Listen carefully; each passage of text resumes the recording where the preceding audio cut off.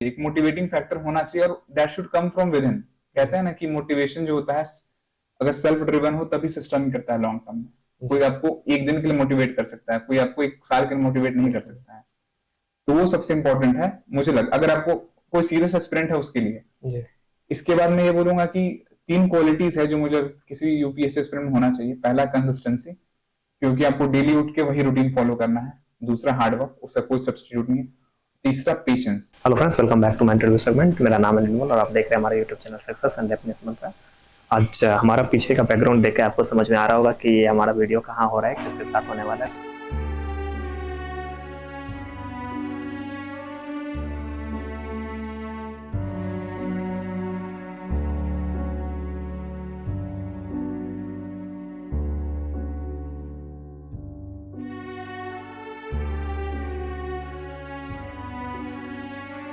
Hello sir, good evening, कैसे हैं? Good evening, क्या हाल है? ठीक है सर, आप कैसे हैं? बढ़िया यार, कैसे चल रहा है? सर बढ़िया। सर मैं आपके साथ एक इंटरव्यू करने वाला हूँ। जो ये हमारा चैनल जो है स्टूडेंट के लिए, स्टूडेंट मोटिवेशन के लिए, तो मैं इसमें आपके बारे में थोड़ा सा जानूंगा, आपकी यूपीएससी जर्नी के बारे में थोड़ा सा जानूंगा, और जो स्टूडेंट अभी तैयारी कर रहे हैं उसके बारे में तो उसको कुछ टिप्स आपसे दिलाएंगे सर। तो वीडियो शुरू करते हैं सर।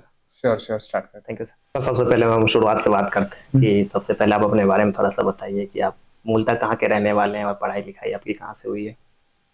मैं मूलतः बिहार से हूँ और बिहार में पटना जिले से हूँ। और मेरी क्लास 10th और क्लास 12th मेरा बिहार पटना से ही हुआ है। उसके पश्चात मैंने एनआईटी इलाहाबाद, जिसका नाम Motilal Nehru national institute of technology है, अब वो प्रयागराज हो गया है, वहाँ से मैंने सिविल इंजीनियरिंग में बीटेक किया है और मैं 2017 का पास आउट हूँ। सर एक छोटा सा कंफ्यूजन रहता है, IFS officer, Indian forest officer और इंडियन फॉरेन सर्विस ऑफिसर, तो क्या आपके साथ भी ऐसा कुछ होता है? नहीं, बहुत होता है। बिकॉज जब हम लोग ट्रेनिंग में थे तो बहुत चलता था कि ओरिजिनल आईएफएस तो इंडियन फॉरेन सर्विस है, जी आईएफएस इंडियन फॉरेस्ट सर्विस वाले तो बस आईएफएस का टैग यूज करते हैं। जी। इनफैक्ट जो जो एग्जाम होता है, एग्जाम में भी वो आईएफओएस ही लिख कर आता है, तो ये बहुत ही बड़ा कंफ्यूजन है। बट बट कहीं ना कहीं ये जो कन्वेंशन रहा है, कन्वेंशन ये रहा है कि जो आई स्टेट में, क्योंकि इंडियन फॉरेस्ट सर्विस जो है, इंपीरियल फॉरेस्ट सर्विस जो बनी थी, ये 1864 में बनी थी। तो अभी भी मतलब स्टेट स्टेट हो या सेंटर में हो, तो दोनों सर्विसेज इसको पैरेलली यूज कर रही हैं। वरना कंफ्यूजन तो रहता है कि एक्चुअल आईएफएस कौन सा है। अगर आप किसी को आईएफएस बताते हैं तो उसको ऐसा लगता है कि अच्छा फॉरेन सर्विस वाला तो नहीं है। या फिर अगर आईएफएस के साथ आप कार्डर लिख देते हैं जैसे छत्तीसगढ़, तो क्लियर हो जाता है कि फॉरेस्ट सर्विस है। अगर कार्डर नहीं लिखते हैं तो फिर लगता है कि नहीं, ये तो फॉरेस्ट, ये तो फॉरेन सर्विस है। तो ये तो कर रहा है। तो इस पे तो मैंने इनफैक्ट एक कहते भी हैं, एक जुमला चलता है कि Indian foreign service, how can something be Indian and foreign simultaneously? It's like an oxymoron. मतलब कोई भी चीज इंडियन और फॉरेन कैसे हो सकती है साथ? जी बिल्कुल सर। ये एक मेरा क्वेश्चन है कि डीएफओ जो आईएफएस ऑफिसर्स रहते हैं, इन लोगों का रेसिडेंस कहाँ रहता है? क्या आप लोग जंगल और वन्य जीव के बीच में ही रहते हैं या आपका ऑफिस कहीं अलग रहता है? नहीं, ये तो बहुत ही इंटरेस्टिंग सा क्वेश्चन है। बिकॉज मोस्टली जो मेरे कॉलेज फ्रेंड्स हैं वो यही पूछते हैं कि मैं फॉरेस्ट सर्विस हूँ, तो उनको ऐसा लगता है कि मैं जंगल में रहता हूँ, मेरा घर जंगल में है। बट हम लोग का घर जंगल में नहीं होता। आईएफएस ऑफिसर्स का भी जो घर होता है वो डिस्ट्रिक्ट हेडक्वार्टर में ही होता है। हम लोग डिस्ट्रिक्ट में ही रहते हैं बिकॉज हमारा मोस्टली जो काम होता है डिस्ट्रिक्ट ओरिएंटेड होता है। फील्ड, जब भी हमें फील्ड दौरा करना होता है तो हम जंगल चले जाते हैं, वरना जो हमारा घर होता है वो डिस्ट्रिक्ट हेडक्वार्टर्स में होता है। सर ये थोड़ा सा इसके बारे में जानना चाहेंगे कि आईएफएस ऑफिसर बनते कैसे हैं, क्या सिलेक्शन प्रोसेस रहता है? आईएफएस का रिक्रूटमेंट भी यूपीएससी के थ्रू ही होता है, सिविल सर्विसेज के थ्रू। इसमें क्या होता है कि जो प्रिलिमिनरी एग्जाम होता है वो कॉमन होता है। वो दोनों, हम जब फॉर्म भरते हैं तो दोनों का ऑप्शन आता है, सिविल सर्विसेज और आईएफएस दोनों के लिए आप अप्लाई करना चाहते हैं, किसी एक के लिए अप्लाई करना चाहते हैं। तो फॉर्म में आपने सपोज करिए भर दिया कि आपने दोनों के लिए दिया, तो प्रिलिमिनरी दोनों का कंबाइन होता है। जब प्रिलिमिनरी एग्जाम हो जाता है तो उसके बाद मेंस एग्जाम होता है। जस्ट लाइक मेंस, और मेंस अगर आप क्वालिफाई करते हैं तो फाइनली आप इंटरव्यू के लिए आपको बुलाया जाता है। और जैसे सिविल सर्विसेज में एक ऑप्शनल होता है, फॉरेस्ट सर्विसेज में 2 ऑप्शनल होता है। आपको 2 ऑप्शनल चुनना होता है, वैकल्पिक विषय, और 2 विषय का तैयारी करना होता है। और जो ऑप्शनल विषय है ये फिक्स वो लिस्ट है इसकी दी हुई, यूपीएससी के नोटिफिकेशन में आता है। उन्हीं ऑप्शनल ऑप्शनल सब्जेक्ट में से आपको 2 चूज करना है और आपको एग्जाम में अपियर करना होता है। और अगर जैसे अगर प्री क्लियर हुआ तो फिर आपको मेंस के लिए बुलाया जाएगा, और आपका मेंस क्लियर होता है तो फिर आपको इंटरव्यू के लिए बुलाया जाएगा।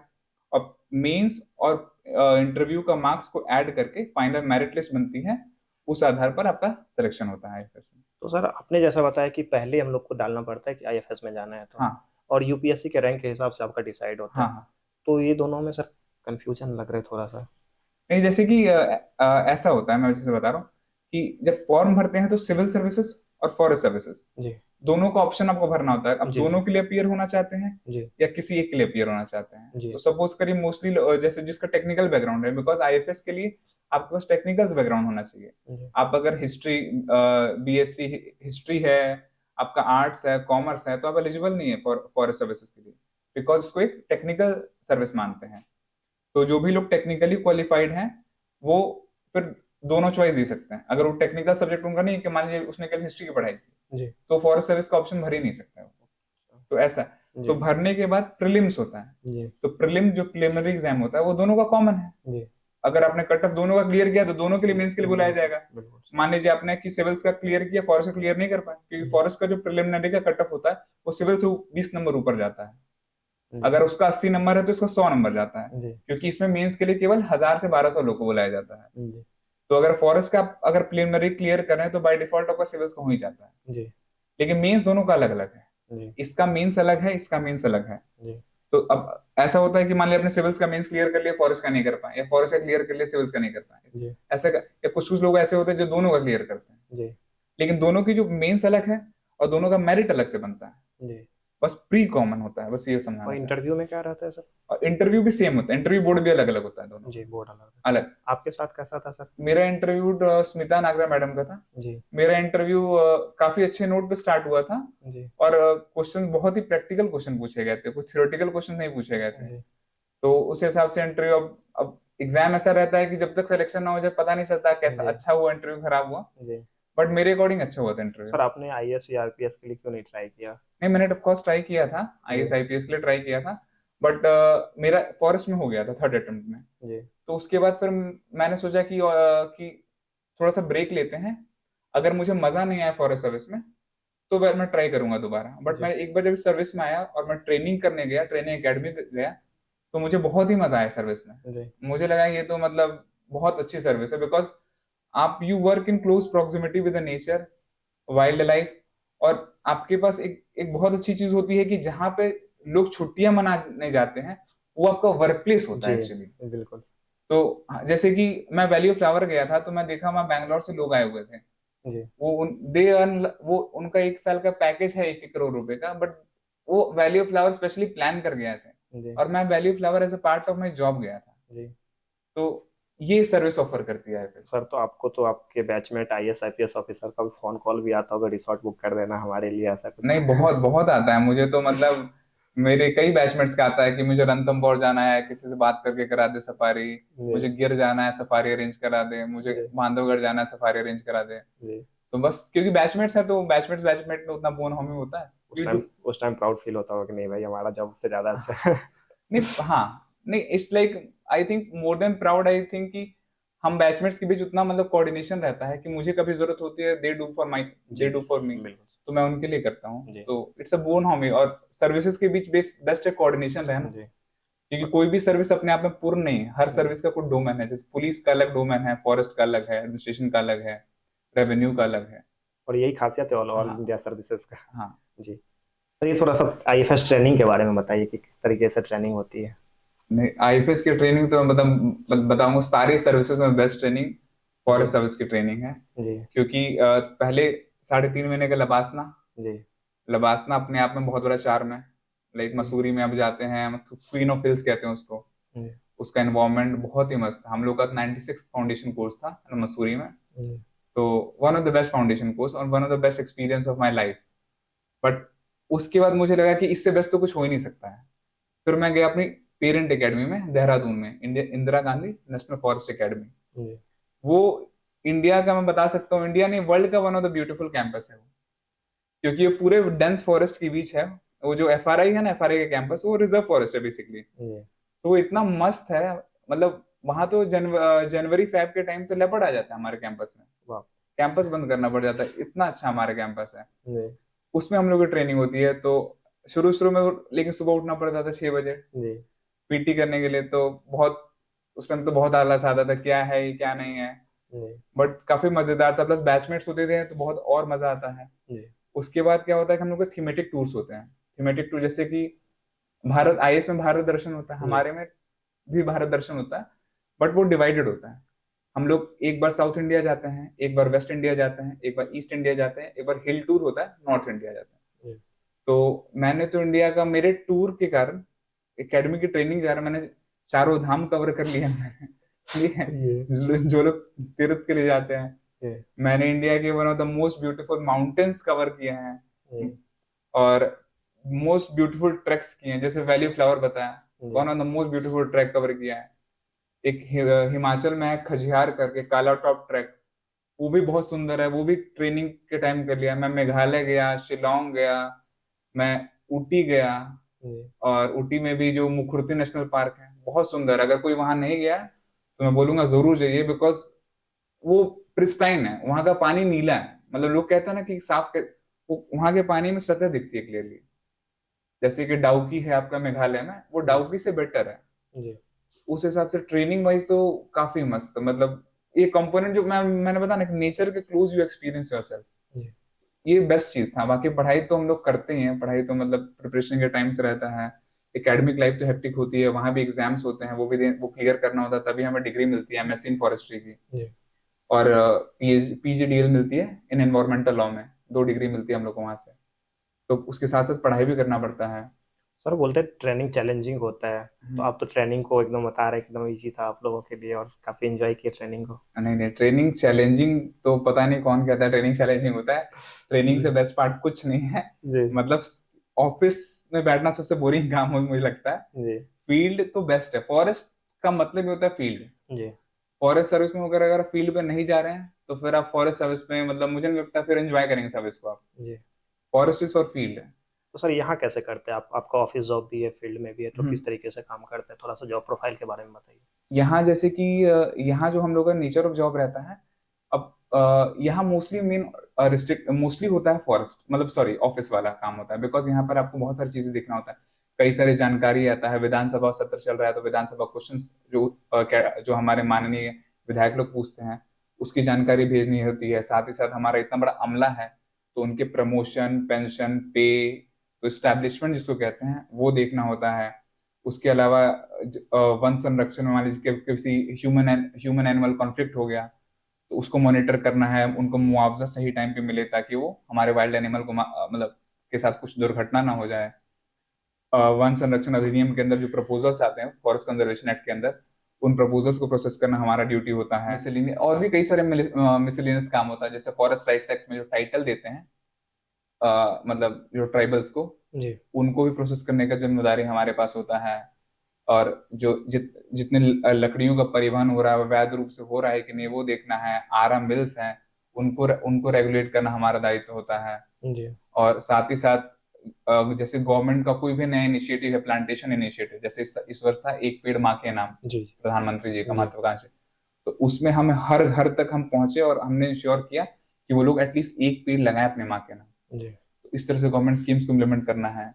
इसी बीच बट मैं ट्राई करता हूँ कि मैं फील्ड के लिए टाइम निकालूं। मतलब मेरा है कि मैंने एक एक वो है कि मैं हफ्ते में कम से कम 25 किलोमीटर जंगल घूमूंगा, और इसमें मैं मेरी वॉच हेल्प करती है। मैं लगाता हूँ कि 25 किलोमीटर मुझे जंगल जाना है। गाड़ी में या पैदल? नहीं, पैदल, वॉकिंग, क्योंकि तभी तो फिर मजा आता है जंगल में वरना फील नहीं आता ना फॉरेस्ट का। तो 25 किलोमीटर मैंने वो मिनिमम फिक्स कर रखा है, कितना तो मैं जंगल में ट्रेवल करूंगा। और तो इस तरह के काम रहते हैं, माइनिंग एक्टिविटीज इलीगल तो नहीं हो रही फॉरेस्ट में, उसको रेगुलेट करना। तो सर ये जो जैसे तस्करी वगैरह होता है वो सब भी आप भी देखते हैं? हाँ हाँ। तो सर अभी एक मूवी आई थी पुष्पा, हाँ, उसमें वो शेखावत साहब आईपीएस ऑफिसर थे, तो सर वहाँ आईएफएस ऑफिसर को होना चाहिए था। देखिए मूवीज जो होती है ना, मूवीज वो रियल इंसिडेंट्स को नहीं दिखाती। मूवीज बेसिकली एंटरटेनमेंट के लिए होता है जी। तो उन्होंने बहुत, देखिए पुलिस का रोल है जी, ऐसा नहीं, मैं डिनाई नहीं करूंगा, इंडियन फॉरेस्ट एक्ट पुलिस को भी बोलता है, फॉरेस्ट को भी देता है, बट पुलिस का रोल उसमें खत्म हो जाता है, बिकॉज पुलिस ने अगर अवैध लकड़ी पकड़ी भी तो देंगे हमें ही कार्रवाई करने के लिए। तो पुष्पा मूवी को तो बेसिकली एंटरटेनमेंट के लिए बनाया गया, वो उतना प्रैक्टिकल नहीं दिखाती कि एक्चुअल ऑन ग्राउंड कैसे काम होता है। ऑन ग्राउंड तो अवैध लकड़ियां हैं या वाइल्ड लाइफ की तस्करी है, इसमें हमारा सबसे महत्वपूर्ण रोल होता है जी। सर आपका जॉब काफी डाइवर्सिटी वाला है, तो क्या रहता है आपका डेली रूटीन? डेली रूटीन मेरा ये रहता है कि सुबह सुबह मैं उठता हूँ अर्ली मॉर्निंग। जी। उसके बाद मैं थोड़ा सा योगा करता हूँ। जी। उसके बाद मैं जिम जाता हूँ, मैं रनिंग करता हूँ अराउंड 2 किलोमीटर के अराउंड। और उसके आफ्टर दैट मैं तैयार होता हूँ and I try to reach office at 10 AM sharp. जी। मैं 10 AM तक ऑफिस पहुंच जाता हूँ। उसके बाद जो भी जो डाक आता है, डिफरेंट फाइल्स आती हैं हमारे पास, मतलब डिफरेंट डिफरेंट डिपार्टमेंट से है, हमारे ऊपर से निर्देश आया या मेरे लोअर स्टाफ का कोई के यहाँ से कोई फाइल्स आया, उनको स्टडी करता हूँ, उनके बेसिस पर उनका निपटारा किया करता हूँ।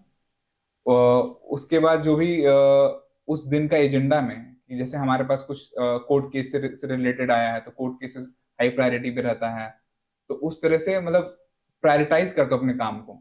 और प्रायोरिटाइज करने के बाद उनको मतलब डिफरेंट डिफरेंट सेक्शन के लिए मार्क करता हूँ। जैसे हमारे यहाँ ऑफिस में सेक्शंस होते हैं, स्टैब्लिशमेंट सेक्शन हो गया, एक्सपेंडिचर सेक्शन है, स्टेनो सेक्शन है, कोर्ट केस सेक्शन है, ऑडिट सेक्शन है, तो उनको मार्क करता हूँ। और फिर वहां से वो लोग फाइल प्रोसेस करके लाते हैं और उन पर अपन निर्णय लेते हैं। जी।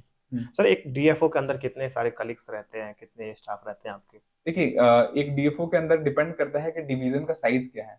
जी।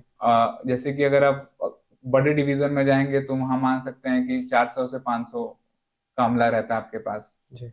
अब क्योंकि मैं भी डीएफओ इसमें हूँ, रिसर्च एंड एक्सचेंज में हूँ, तो मेरे यहाँ लगभग सब कुछ कुल मिलाकर ज्यादा नहीं, 110 120 का है। जी। बहुत कम, मतलब क्योंकि छोटा डिवीजन है मेरे, और मेरी फर्स्ट पोस्टिंग है, जी। तो डिपेंड करता है किस डिवीजन में है। जी।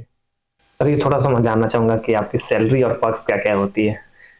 सैलरी तो काफी कॉन्फिडेंशियल सी चीज है, बट जी। बेस्ट चीज है कि जो पब्लिक सर्वेंट्स की जो सैलरी है ये पब्लिक डोमेन में है। जी। और हम लोग स्टार्टिंग सैलरी हमारी लेवल 10 से स्टार्ट करते हैं, जी। जिसमें हमारा जो बेसिक होता है वो 56,100 होता है। जी। और ग्रेड पे हमारा 5400 होता है। जी। तो क्यूमुलेटिव आपको शुरू शुरू में स्टार्टिंग में अराउंड 70-75 के आसपास जो gross salary after deducting taxes वगैरह आपको मिलता है शुरू शुरू में। जी। और जैसे जैसे आप मूव करते हैं आपकी सैलरी बढ़ती जाती है। और पर्क्स में? पर्क्स में काफी पर्क्स में पहला है कि आपको घर मिल जाता है, आपके पास गाड़ी होती है, आपके पास स्टाफ होता है जो कि मतलब कुक हो गया या फिर आपका घर पे कोई चौकीदार है, इस ये सारे पर्क्स में आते हैं आपके पास। जी। और ट्रैवलिंग अलायंस हो गया, लीव टर्म कंसेशन होता है, जैसे कि आप इंडिया में घूमना चाहते हैं तो जा सकते हैं, घर जाने के लिए आपको एक बार गवर्नमेंट स्पॉन्सर्ड मतलब वो मिलता है, जी। ट्रैवल ट्रैवल पैकेज मिलता है। जी। कहीं भी अगर बाहर मैं किसी ट्रेनिंग प्रोग्राम में जाता हूँ तो उसके लिए मेरा टीएडी मुझे मिल जाता है। जी। तो ये सारे पर्क्स है मुझे, जो हेल्थ के लिए जो इम्पैनल हॉस्पिटल्स हैं वहां मैं कितने का भी इलाज करा सकता हूँ। जी। सर ये ड्रेस कोड भी कुछ रहता है? फॉरेस्ट डिपार्टमेंट में क्या है कि जो रेंजर तक यूनिफॉर्म सर्विस है, जी। मतलब खाकी पहनते हैं, रेंजर से ऊपर सिविल मतलब सिविल यूनिफॉर्म पहन सकते हैं, जी। ऐसा है फॉरेस्ट जी। डिपार्टमेंट में। सर थोड़ा सा प्रमोशन चैनल के बारे में बताइए कि आपको ज्वाइनिंग से लेकर रिटायरमेंट तक का क्या रहता है, कैसे? फॉरेस्ट डिपार्टमेंट का हायरार्की ऐसा है कि हम जब ज्वाइन करते हैं तो हम लोग कुछ दिन एसडीओ फॉरेस्ट होते हैं, जैसे सब डिविजनल फॉरेस्ट ऑफिसर होते हैं। उसके बाद हम लोग डीएफओ बनते हैं, 4 डीएफओ। डीएफओ के बाद सीएफ होता है, कंजर्वेटर ऑफ फॉरेस्ट होता है। कंजर्वेटर ऑफ फॉरेस्ट के बाद सीसीएफ होता है, chief conservator of forest. Then additional principal chief conservator of forest, जिसको एपीसीसीएफ कहते हैं। देन उसके बाद पीसीसीएफ होता है, principal chief conservator of forest and head of forest force. वो हमारे टॉप होते हैं, मतलब जी। टॉप बॉस होते हैं वो जी। वो इक्विवेलेंट टू सेक्रेटरी होते हैं। वो ड्यूरेशन के हिसाब से रहता है? हाँ, ये ड्यूरेशन होता है, जैसे कि डीएफओ बनने में आप मान लीजिए कि मैं 21 बैच का हूँ, तो 1 जनवरी 2025 से मैं एलिजिबल हूँ डीएफओ बनने के लिए, ठीक मतलब है। आज से ही? हाँ, ठीक है।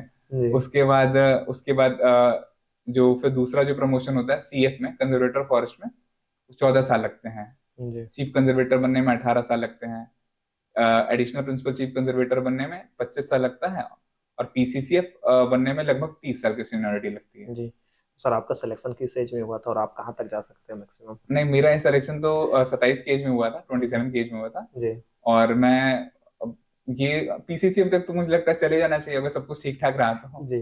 सर ये हमारा जो चैनल है मोस्टली स्टूडेंट के लिए मैं वीडियो बनाता हूँ, तो यूपीएससी एस्पिरेंट के लिए क्या कुछ एडवाइस देंगे आप? मैं यूपीएससी एस्पिरेंट्स के लिए यही बोलूंगा कि अगर फर्स्ट ऑफ ऑल वो क्यों प्रिपेयर करना चाहते हैं, उनके उनमें वो क्लियर होना चाहिए। मुझे लगता है कि आप सिविल सर्विस में क्यों आना चाहते हैं, that should be inspired not by the perks and the privilege of the service, because वो बाद में आती है, बहुत ही पीछे आती है। जी। It should be inspired by कि आप क्यों आना चाहते हैं, एक में आपने जील होना चाहिए कि मैं जाऊंगा ग्राउंड पे जाके लोगों के लिए काम करूंगा। वो जील बहुत इंपॉर्टेंट है, और क्योंकि वही जील आपको ड्राइव करती है through out the preparation. Because preparation जो होता है बहुत ही टेडियस और बहुत टफ होता है। मतलब आप देखेंगे आपका पेशेंस चेक करती है। आप लगभग हर दिन आपको उठना है, वही किताबें पढ़नी है, वही न्यूज़पेपर पढ़ना है, वही नोट्स रिवाइज करना है। तो एक आप में मतलब वो होना चाहिए, एक मोटिवेटिंग फैक्टर होना चाहिए, और that should come from with in. कहते हैं ना कि मोटिवेशन जो होता है, अगर सेल्फ ड्रिवन हो तभी सस्टेन करता है लॉन्ग टर्म में। कोई आपको एक दिन के लिए मोटिवेट कर सकता है, कोई आपको एक साल के लिए मोटिवेट नहीं कर सकता है। तो वो सबसे इंपॉर्टेंट है मुझे लग, अगर आपको कोई सीरियस एस्पिरेंट है उसके लिए। इसके बाद मैं ये बोलूंगा कि 3 क्वालिटीज है जो मुझे किसी यूपीएससी एस्पिरेंट में होना चाहिए। पहला कंसिस्टेंसी, क्योंकि आपको डेली उठ के वही रूटीन फॉलो करना है। दूसरा हार्डवर्क, उसका कोई सब्स्टिट्यूट नहीं है। तीसरा पेशेंस। कहते हैं ना, कोई भी चीज अपने समय पर होती है। मतलब टाइम फॉर्मेडेबल है, टाइम को कोई डिफीट नहीं कर सकता है। तो पेशेंस रखना है कि आप अगर आपने वो वर्क किया है, कंसिस्टेंटली किया है, तो आपको परिणाम मिलेगा। सर ये भी होता है कभी कभी इतनी अच्छी तैयारी चल रही होती है, उसके बाद भी सिलेक्शन नहीं होता है, तो एस्पिरेंट डिमोटिवेट हो जाते हैं। तो ऐसे कंडीशन में कैसे उसे ओवरकम करें उसको? मुझे लगता है कि अगर आपने सीरियसली प्रिपरेशन किया है ना, जी, तो you will land somewhere good. आपका आप ऐसा हो नहीं सकता कि आप अच्छी जगह लैंड नहीं करेंगे। जी, एक इंग्लिश में कोट भी है ना कि like if you shoot for aim for stars you land among moons. जी, अगर आप स्टार पे ट्राई करोगे, मून पे तो पहुंच ही जाओगे आप। जी, तो जो भी यूपीएससी की तैयारी सीरियसली करता है ना, मैंने आज तक कभी किसी को नहीं देखा कि वो बहुत ही बैड कंडीशन में। लाइक मेरे दोस्त भी हैं, अगर उनका यूपीएससी नहीं हुआ तो they are doing good in state services. वो लोग स्टेट सर्विस में उनका सिलेक्शन हो गया। किसी का स्टेट सर्विस में नहीं हुआ, वो लोग आरबीआई में है, सीबी में है, security and exchange board of India में है। जी, तो क्योंकि जो यूपीएससी का जो नॉलेज होता है ना, आपको प्रिपेयर कर देता है दूसरे एग्जाम्स के लिए। और ये लोग वहां जाके they do better than others. जी, इस एग्जाम की खासियत ये है। जी। सर अगर कोई स्टूडेंट को फॉरेस्ट सर्विस में ही आना है तो कैसे करें?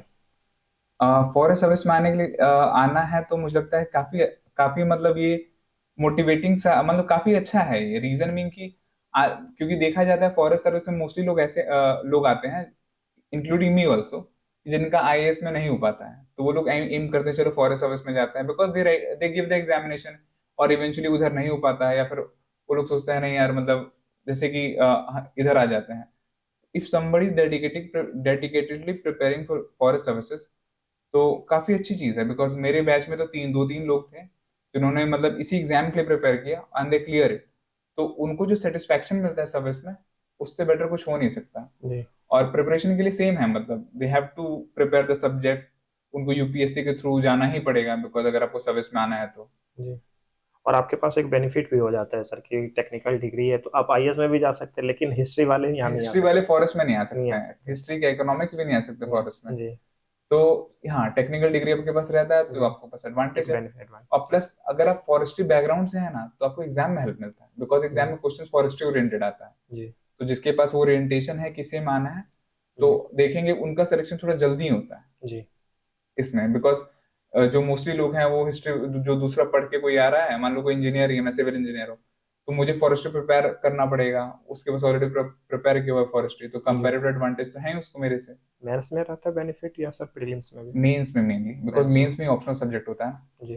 तो ऐसा है। और इंटरव्यू में कुछ नहीं रहता ऐसा? इंटरव्यू में एडवांटेज होता है। मैंने इंटरव्यू में मैंने देखा है जितने लोग फॉरेस्ट्री बैकग्राउंड से होते हैं ना, जो इसी एग्जाम में हो, प्रिपेयर किए हो फॉरेस्ट्री, तो उनको इंटरव्यू में थोड़ा जनरली थोड़ा हायर रेटिंग होता है उनका। जी, जी, जनरली होता है, बट कोई गारंटीड नहीं है, जी, जनरली होता है उनका। जी। और मेरे चैनल का नाम है सक्सेस एंड हैप्पीनेस मंत्रा, हम्म। तो आप हमारे व्यूअर्स के लिए सक्सेस और हैप्पीनेस का क्या कुछ मंत्र देना चाहेंगे? मैं सक्सेस एंड हैप्पीनेस मंत्रा आपके चैनल के माध्यम से ये बोलूंगा कि आपके व्यूअर्स को, कि आप जो भी कार्य कर रहे हो ना, जो भी कार्य कर रहे हो, उसको लगन से करना चाहिए। कहते हैं ना कि आप कि you should love what you are doing. अगर आप उसको लगन से कर रहे हैं तो आपको उस काम को करने में मजा भी में आएगा, सक्सेस में मिलेगी, प्लस हैप्पीनेस में मिलेगी। जी सर, थैंक यू सर। और बहुत बहुत धन्यवाद सर कि आप हमारे चैनल्स के लिए, हमारे व्यूअर्स के लिए टाइम निकाले। और अभी शाम का 5 साढ़े 5 बज रहे हैं, फिर भी मैं आपके ऑफिस में वीडियो शूट कर रहा हूँ, तो काफ़ी चैलेंजिंग जॉब है सर, तो इस बीच हमारे लिए टाइम निकालने के लिए बहुत बहुत धन्यवाद सर। एंड आपका चैनल बहुत अच्छा कर रहा है, बिकॉज मैंने आपके वीडियोस देखे हैं। जी सर। आप लोग डिफरेंट डिफरेंट फील्ड के लोगों से इंटरेक्ट करते हैं, और उनके माध्यम से स्टूडेंट्स तक आपको मैसेज और उनके डाउट्स को क्लैरिफाई करें। तो गुड, काफी अच्छा एंडेवर है आपका। जी सर। और कभी मैं I will be always ready to contribute for the of course your viewers and you. My honour sir. Thank you sir. Thank you.